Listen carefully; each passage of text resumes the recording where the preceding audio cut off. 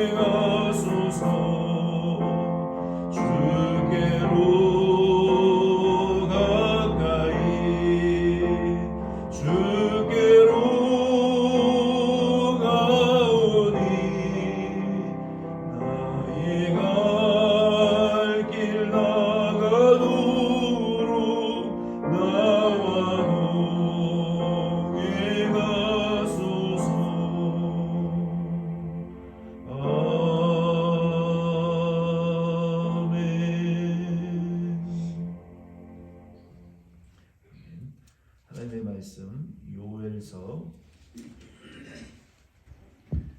1장 13절부터 20절 말씀입니다. 요엘서 1장 13절부터 20절 말씀입니다. 먼저 13절부터 14절 말씀 같이 읽겠습니다. 13절에서 14절 말씀 같이 읽겠습니다. 너희는 옷을 찢지 말고 죄송합니다. 1장인데 제가 2장을 봤어요. 1장 13절부터 14절 같이 읽겠습니다. 시작. 제사장들아 너희는 굵은 배로 동이고 슬피 울지어다. 제단에 수종드는 자들아 너희는 울지어다.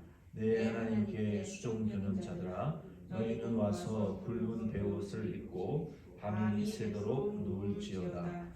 이는 수고제와 전제를 너희 하나님의 성전에 드리지 못함이로다. 너희는 금시기를 정하고 성회를 소집하여 장로들과 이 땅의 모든 주민들을 너희 하나님 여호와의 성전으로 모으고 여호와께 부르짖을지어다. 아멘. 요엘서는 하나님께서 요엘 선지자를 통해서 과거에 있었던 가뭄, 이 자연재해를 바라보면서 앞으로 임할 예수의 재림의 날에 세상에 임할 이 환난을 예상하고 또 바라보면서 기도할 것을 소집하고 명령하는 말씀입니다.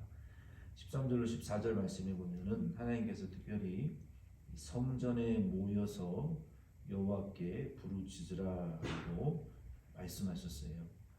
왜 성전에 모여서 여기 제사장들이 성전에서 섬기는 레위인들, 레위 지파들 특별히, 그리고 레위 지파를 돕는 또 레위 지파의 족속들, 그리고 지성소에서 섬기는 대제사장, 또 성전에서 섬기는 제사장과 레위인들, 그리고 성막이나 뜰에서 제사를 짐승을 잡고 또 제사를 드리고 성전을 관리하고 성전을 수호하는 이런 종들에게 하나님께서 제사 드릴 그 재물조차도, 곡물조차도 다 파괴되어져 버린 그러한 성도들의 현실, 또 이 상황을 바라보면서 하나님께 제사를 드리고 싶은데 드릴 곡물이 없는 거예요. 추수할 곡물이 없으니까 나 먹을 것도 없고, 하나님께 드릴 그 소재 드릴 한 줌의 밀이나 호밀이나 뭐 보리나 뭐 이 곡물조차도 하나님 앞에 한 줌의 제사를 드릴 수가 없는 그런 상황이 되었고, 그리고 짐승들이 새끼를 낳지 못하고 다 병든 것을 낳고 절름발이를 낳고 기형 동물들을 낳고 이런 그런 것들을 하나님 앞에 제사를 드릴 수가 없는 지경에 이르게 된 거예요. 그러니 내가 먹을 양식도 없는데 하나님 앞에 어떻게 제사를 드릴 수가 있겠냐는 거예요. 왜? 소출이 없으니까. 노력해도 열매를 맺어서 소득이 되어서 내가 내 창고에 쌓아야 그게 내 것이 되는데, 소득조차 할 수 없는, 밭에 있는 모든 곡물과 농작물들이 마르고 메뚜기의 피해를 입고 자연재해의 피해를 입고 동물들도 피해를 입고 먹을 것이 없어서 헐떡거리는 그런 상황이 되었으니, 하나님의 성전에 드릴 제사와 제물조차, 제사 드리러조차 오지 않는 이런 상황을 바라보는 너희 여호와의 종들아, 제사장들아, 너희는 그냥 슬퍼하고 울라고 하지 않고 이 굵은 배, 이 몸에 이 굵은 까칠까칠한 그 부드러운 비단 옷이 아니라 까칠까칠한 이 베옷을 입고 슬피 울으라는 것은 자기를 스스로 괴롭게 하라는 것이죠. 의도적으로 자기에게 괴로움을 주고 자극을 주고 겸비해서 하나님 앞에 이것을 바라보면서 현재의 이 슬픔과 이 재난을 바라보면서 특별히 여호와를 이 제단에서 수종 드는 자들이 먼저 이 베옷을 입고 울지어다. 또 하나님께 수종 드는 자들 두 번 반복했죠. 반복하면서 더 강한 뉘앙스로 말씀하고 계시잖아요. 너희 제단에 수종 드는 너희들은 울지어다. 베옷을 입고, 또 여호와 하나님을 수종 드는 너희들은 굵은 베옷을 입고 와서 밤이 새도록 성전에 누울지어다. 하나님 앞에 엎드려져서, 주의 성전에 엎드려져서 하나님 앞에 부르짖고 또 부르짖고 또 기도하고 기도하라는 것이죠. 이는 소재와 전제가 하나님의 성전에 다 없어졌기 때문에 울부짖고 부르짖고 회개하고 또 엎드려져서 기도하라는 것이죠. 그리고 14절 말씀에 보면은 더 구체적으로 하나님께서 어떻게 기도하라고 말씀하셨냐면 시간을 정하여 금식을 하고 그리고 성회를 소집하여 장로들과 이 땅의 모든 주민들을 하나님의 성전에 모으라 그랬어요. 그래서 우리가 가정에서 기도하면 되지 성전에 왜 모여야 되느냐? 이것도 뭐 구약시대의 성전이 끝났는데 왜 예배당을 성전이라고 그러고 왜 예배당에 모이라고 하느냐? 주일 예배에, 왜 기도회에, 목장 모임에, 스몰 그룹 모임에 왜 예배당에 물리적인 공간에 자꾸 모이라고 하느냐? 왜 모이라고 하시겠어요? 우리가 고린도전서에 보면은 집에서 기도할 수 있죠.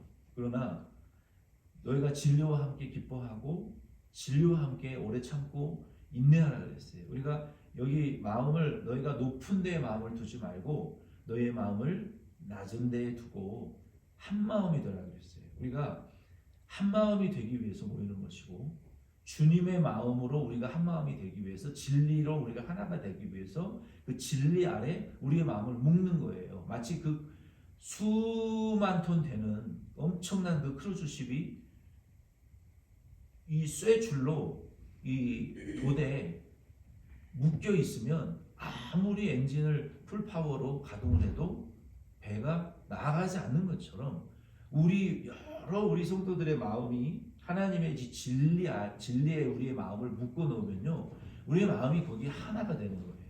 우리가 진리의 마음에 우리가 높은 데에 마음을 두고 서로 높은 마음을 품으면 하나가 될 수 없지만, 우리가 낮은 마음을 품고 진리의 사랑으로 우리가 서로 하나 마음을 묶어 놓고 이 진리의 띠로 서로 하나가 되어서 우리의 마음을 묶잖아요. 성전에 모여서 그래서 모이는 거예요. 진리로 우리가 서로 마음을 하나로 묶어놓기 위해서, 묶이기 위해서. 그래야 진리로 우리가 서로 마음이 묶여져야 우리가 주님을 사랑하는 마음으로 한 마음이 될 수 있는 거예요. 모여서 함께 기도할 때 한 마음이 되는 거예요. 그렇지 않고는 절대로 교회가 하나가 될 수 없습니다.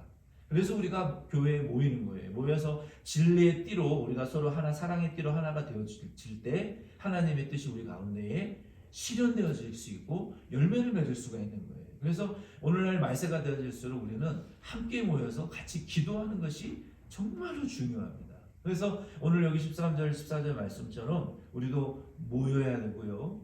그래서 마음이 하나가 되어져야 되고요. 한 목소리가 되어야 돼요. 진리로. 그리고 하나님의 뜻이 우리 가운데에 실현되지 않은 것을 인해서 우리도 이 주의 성전에서 섬기는 주의 종들처럼 우리는 만인 제사장 아닙니까? 구약에는 대제사장과 레위인들만 성전에서 섬겼지만 이제는 모든 그리스도인들을 향해서 하시는 말씀이에요.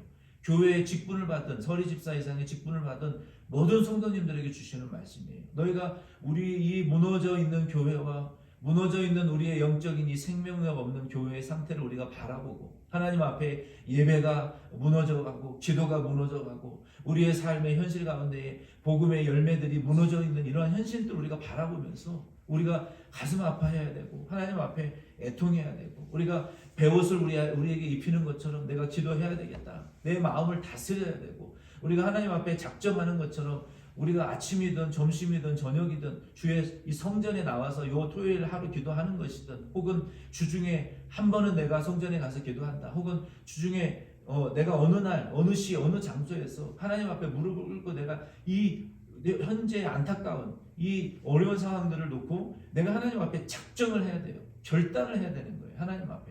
예수님께서 나다나엘을 부르실 때 예수님 만나기 전에 나다나엘은 하나님의 나라에 대한 궁금증이 너무 컸고 사모함이 컸기 때문에 그는 예수님 만나기 전부터 무화과 나무 그늘 아래에서 시간을 정해놓고 남들이 아무도 보지 않을 때 기도했어요.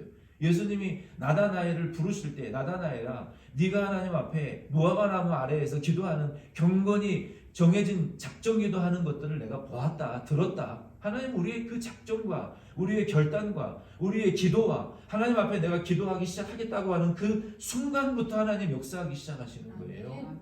내가 결단하는 그 시간부터 주님이 우리의 기도를 듣고 계시는 거예요. 우리의 마음이 너무나 산란되어져서 우리의 일상생활에 치여가지고 기도하지 못하도록 사탄이 방해하는데 오늘 저와 여러분들은 우리의 이 안타까운 재난과 현실과 어려움들을 보시고 여러분들 오늘 이 말씀을 붙들고 하나님 제가 오늘부터 하루에 10분 혹은 5분 제가 아무도 보지 않는 장소에서 제 마음의 무릎과 손을 들고 주님 앞에 기도하기를 제가 결단하겠습니다. 그리고 실천하세요. 그리고 금식도 하시고 하나님 앞에 날을 정하고 시간과 이 기간을 정하셔서 하나님 앞에 여러분 우리가 베옷을 입고 결단하는 것처럼 우리도 하나님 앞에 내 남편과 아내와 부모 형제와 내 자녀들을 위해서 그 영혼의 구원을 위해서 현재 가지고 있는 내 고난과 환난과 재난과 어려운 일들을 여러분 붙드시고 하나님 앞에 엎드려서라도 하나님 앞에 이 헌신의 시간들을 채워나가실 수 있는 어떻게 해야 하나님을 기쁘시게 하고 현재 하나님을 섬기지 못하게 만드는 상황에서 좀 더 나은 복된 상황으로 나아갈 수가 있는지를 우리 함께 기도하실 수 있기를 바랍니다. 그리고 15절로 20절 말씀해 보면은 여호와의 이제 날이 가까운 때에 기근과 재앙이 이제 임하게 될 것이라고 말씀했어요. 여기 여호와의 날은 하나님의 진노와 심판이 임하는 그리스도 예수의 재림 전에 임할 환난과 재림 후에 이 땅에 임할 전무후무한 이 말세에 임할 환난을 가리키는 거예요.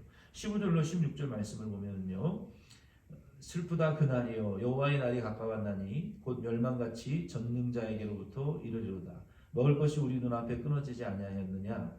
기쁨과 즐거움이 우리 하나님의 성전에 끊어지지 아니하였느냐. 씨가 흙덩이 아래에서 썩어졌고 15절 16절 말씀을 보겠습니다. 이 여호와의 날은 그러한 진노의 재앙의 심판의 날입니다. 그날에는요 지금 우리가 누리고 있는 기쁨과 이 즐거움이 있잖아요. 우리가 인간이 느끼는 오감, 그 5가지의 감각이 인간에게 가장 기쁨을 주는 이 육체적인 이 물리적인 기쁨이잖아요. 그렇죠? 근데 그때가 되면 예수님 재림하시기 전에 임할 환난과 재림 후에 임할 전무후무할 환난의 때에는요 인간이 즐기는 이 본능적인 이런 오감의 즐거움이 다 물리적으로 끊어지는 날이 온다 그랬어요. 그리고 영적으로는 흑암이 가장 깊어지는 때가 이 예수님 재림하기 전에 온다 그랬습니다. 그래서 마치 새벽 2시에서 4시 정도 사이가 가장 어둡거든요. 해 뜨기 직전이 가장 어둡고 춥습니다. 그때처럼 지금은 영적 흑암이 점점 깊어지는 시간이에요. 예수님 재림하는 것은 마치 아침에 동이 쫙 해가 떠오르는 것처럼 그 재림 직전에 가장 춥고 가장 어둡고 가장 고요하고 가장 영적 흑암이 깊어지는 때가 예수님 재림 직전입니다. 바로 그런 시대에 저와 여러분들이 지금 말세를 살아가고 있어요. 그런 때에 모든 인간의 즐거움과 기쁨이 끊어지는 때가 온다는 거예요. 그리고 17절 18절 말씀에 보면은 씨가 흙덩이 아래에서 썩어졌고 창고가 비었고 곡간이 무너졌으니 이는 곡식이 시들었음이로다. 가축이 울부짖고 소떼가 소란하니 이는 꼴이 없음이라. 양떼도 피곤하도다. 그때에는요 하나님의 심판이 시작되면 곡식의 씨가 추수 전에 병들어 썩어버립니다. 대형 창고는 통통 비어지게 되고 곡식 보관의 공간들이 무너지게 된다는 거예요. 보세요. 밭에 곡식이 없어서 씨를 뿌려도 속에서 씨가 썩어져 버리는 거예요. 우리의 결실이 손으로 아무리 수고를 해도 씨가 썩어져 버리니까 하나님이 썩어지게 하니까 우리가 아무리 많은 씨를 뿌리고 땀을 흘려도 결실을 갖지 못하는 그런 시대가 이 말세 시대인 거예요. 그리고 아무리 많은 이 창고에 웨어하우스에 저장을 해놔도 그게 저장할 공간이 없이 다 비워져 버리는 거예요. 밑 빠진 독에 물을 붓는 것처럼 아무리 많은 돈을 내가 통장에 저장해놔도 이게요 말세 이말 환난으로 인해서 돈이 여기저기 다 흩어져 버리는 거예요. 저장할 수가 없는 세대가 오는 거예요. 그리고 내 가정에 있는 조그마한 곡식 창고도 그나마 가지고 있는 것들도 내가 이렇게 살아야 되겠다고 계획하고 있던 것들이 다 틀어지는 거예요. 내 뜻대로 안 되는 거예요. 내가 계획하고 내가 내 뜻대로 하려고 했던 계획들이 무너져 버리는 것처럼 내가 하고자 하는 욕심과 욕구들은 무너지고 내 성취대로 뜻대로 성취되지 않는 그런 세대가 이 말세라는 것입니다. 그래서 하나님의 심판이 시작되어지게 되면 그런 일들이 심판이 임하게 되고 그리고 들에 있는 생축들도 먹을 것이 없어서 피곤하고 헐떡이고 메마르고 목마르고 피곤한 세상에 먹어도 잠을 아무리 많이 자도 아무리 많은 즐거운 영화와 TV와 유튜브를 봐도 아무리 좋은 곳에 가서 여행을 다녀도 배부름이 없고 만족이 없는 세상입니다. 더 피곤하고 더 갈급한 세상이에요. 목마른 세상입니다. 소금물을 마시는 것처럼 더 갈증이 나는 그런 이 말세가 되어져 가고 있어요. 그래서 19절 말씀에 보면은요 여호와여 내가 주께 부르짖으오니 불이 목장의 풀을 살랐고 불꽃이 들의 모든 나무를 살랐음이니이다. 그나마 남은 목장의 싹 희망의 싹마저 완전히 사라져 버리고 사그라져 버리는 그런 이 심판을 요엘이 봤어요. 요엘이 이걸 환상으로 보는 거예요. 모든 이말 환난들을 환상으로 보면서 이 하나님의 비전을 보면서 우리가 듣는 것보다도 이 보는 것이 가장 원초적이고 자극적이거든요. 요엘이 하나님의 이말 환난을 눈으로 환상으로 이 영으로 하나님의 이말 환상을 이 영으로 받아서 보는데 막 요엘의 마음이 너무너무 안타깝고 막 이 현실 실제적으로 이 환난을 느끼면서 이 하나님의 예언을 받았기 때문에 요엘이 그거를 영으로 그 환상을 보면서 너무너무 절박하고 절규할 수밖에 없는 거예요. 그러면서 하나님 앞에 요엘이 안타까운 심정으로 장차 임할 심판을 목도하면서 하나님 앞에 호소하고 여기 20절 말씀에도 보면은 주를 향하여 헐떡거리고 시내가 다 불타고 이 말라서 헐떡거리는 이 어떻게 하면 좋겠습니까? 라고 지금 요엘이 안타까워하면서 이 말씀을 기록하고 있는 거예요. 오늘 이 말씀 통해서 저와 여러분도 요엘과 같은 심령으로 현 과거에 이 환난이 임했고 지금도 임하고 있고 앞으로도 임할 이 환난을 우리가 미리 말씀을 통해서 바라보면서 하나님 앞에 요엘과 같이 어찌하면 좋을꼬, 우리가 어떻게 해야 될까, 도대체 어떻게 대비해야 되고 어떻게 주님의 재림을 우리가 기다려야 되고 주님의 재림 안에 도대체 우리가 어떻게 그 주님의 재림을 맞이할 수 있을 것인가라는 이런 안타까운 심령을 미리 바라보면서 우리가 준비해야 된다는 것입니다. 예수님께서도 누가복음 16장 1절로 24절 말씀에 말씀하셨던 그 불의한 청지기를 오늘 이 말씀을 통해서 잘 기억하시기를 바랍니다. 요엘 선지자가 그 하나님이 보여주셨던 말세에 예수 재림에 임할 환난, 전무후무한 환난을 보면서 안타깝게 기도하고 호소했던 것처럼 여기 누가복음 16장 1절로 14절 말씀에 나오는 이 불의한 청지기가 되라고 예수님이 말씀하셨어요. 여기 누가복음 16장 1절로 14절 말씀을 여러분 오늘 집에 가셔서 묵상하시기를 바랍니다. 거기에 누가 등장합니까? 한 부자 주인이 있어요. 부자 주인 밑에 청지기가 있습니다. 이 청지기는 무엇을 맡았냐면, 여러 청지기들 중에 무엇을 맡은 청지기였냐면 재정을 맡은 청지기였어요. 근데 그 부자가 갑자기 이제 네 할 일이 다 끝났으니 너는 그 잡을 그만두고 떠나라. 너 재정 업무는 너희 이 회계 업무를 그만두고 내 곁에서 떠나라. 이제는 네가 할 길을 가고 너는 더 이상 내게 필요 없다. 갑자기 청천벽력과 같은 명령이 떨어진 거예요. 근데 그 청지기가 이 어리석은 이 불의한 청지기가 어떤 지혜로운 일을 합니까? 생각을 한 거예요. 내가 이제 늙어서 농사를 지을 수도 없고 남의 밑에 가서 일할 수도 없고 무언가를 할 수도 없는 이런 나이가 되었는데 도대체 내가 이제 여기서 쫓겨나게 되면 무엇을 해야 되느냐? 그리고 지혜를 써가지고 그 불의한 청지기가 무슨 일을 하냐면 주인에게 빚진 자들이 많았어요. 주인에게 뭐 수많은 빚진 자들이 있었어요. 부자였으니까. 그래서 그 사람이 생각해내기를 잘됐다. 내가 여기서 쫓겨나게 되면 주인에게 빚진 자들을 내가 불러가지고 그들의 빚을 탕감해주면 주인은 워낙 돈이 많으니까 내가 그들의 빚을 탕감해줘도 모를 것이다. 그러면 대신에 내가 여기서 쫓겨나서 나가게 되면 내가 그 주인의 빚을 탕감해준 그 사람들이 나를 고맙게 여기고 나를 자기네 집으로 친구로 영접해 줄 거 아니냐. 그러면 나는 쫓겨나도 그 친구들과 함께 즐겁게 행복하게 살 수 있겠다. 이런 이 지혜를 찾아낸 거예요. 그래가지고 그 사람들을 부릅니다. 한 사람씩 1대1로 불러가지고 너 빚 얼마 줬어? 너 100만 불 줬어? 야 여기 증서, 여기 내가 증서를 가지고 있으니까 여기 빨리 50만 불이라고 고쳐. 그리고 주인에게 빚진 50만 불을 탕감해 준 거예요. 그리고 너 이제 50만 불만 갚으면 돼. 얼마나 그 100만 불 빚진 사람이 반으로 줄었으니까 얼마나 그 불의한 청지기에게 고마웠겠어요. 야, 너희 우리 둘만 아는 거야? 원서를 바꿔놨으니까.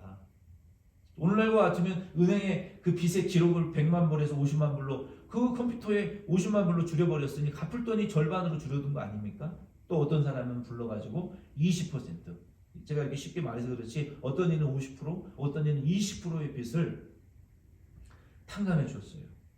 예수님께서 이것을 비유로 우리에게 말씀해 주시면서 너희가 이 땅을 살아갈 때 이렇게 지혜로운 청지기와 같이 살아야 된다. 불의하지만 이 주인은 하나님입니다.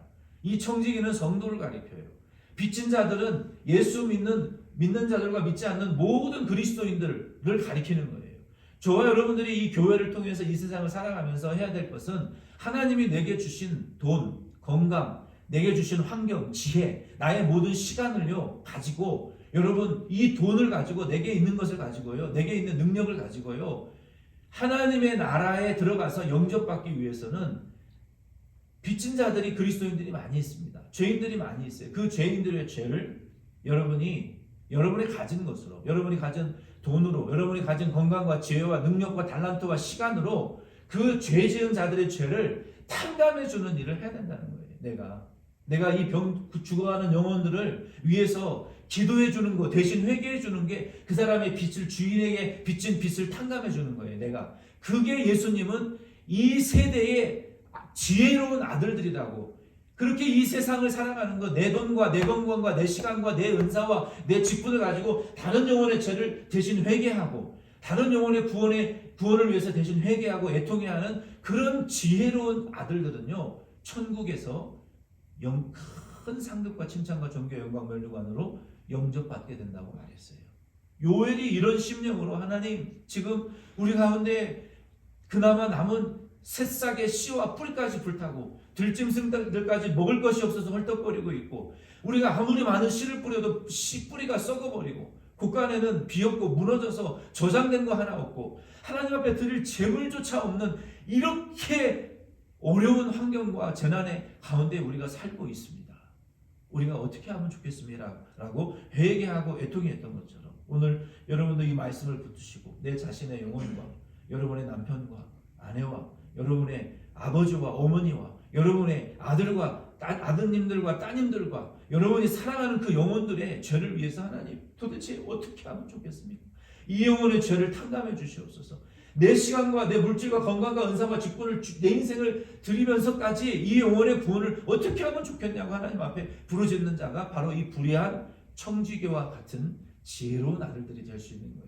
우리가 내 것을 희생하고 소모해서라도 다른 영혼의 죄사함과 구원을 위해서 이렇게 요엘과 불의한 청지기와 같은 우리의 인생을 살아가는 것이 진짜 인생을 사는 것이고 복된 인생을 사는 것이고 천국의 상급 칭찬 존귀 영광 면류관을 만드는 삶이라는 것을 여러분 오늘 아침에 기억하시고 이제 기도하기를 시간과 장소를 결단하시고 시작하실 수 있는 저와 여러분 되기를 바랍니다. 오늘 시간이 많이 지나갔으니까요. 중요한 말씀이라 오늘은 좀 시간을 할애했습니다.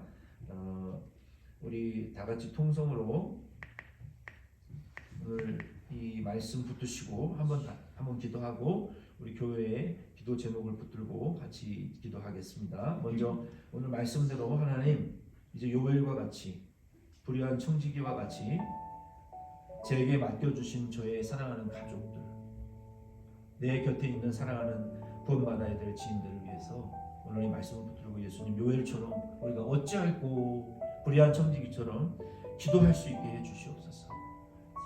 우리 함께 통성으로 이 말씀 붙들고 기도하겠습니다.